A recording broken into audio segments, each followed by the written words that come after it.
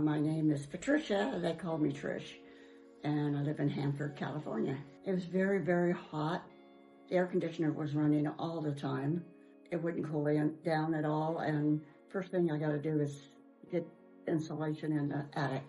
I'd had my house in Southern California better insulated, starting with the attic, so I decided first thing to do here is insulate the attic, and that would make the air conditioning work less and lower my bills.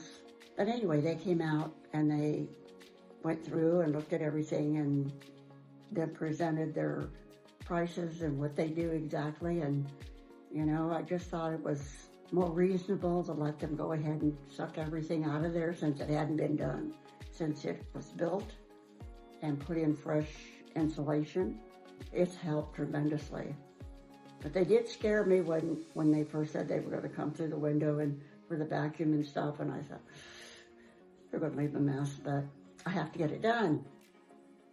But they were fantastic. Those guys cleaned up everything really well. In fact, they even cleaned up some of my mess, but they were really good, very professional, and they let me know when they were done to make sure that I went in and locked my window. Very, very professional, very nice. They were fun. It stays a good temperature in here all the time. I feel the difference.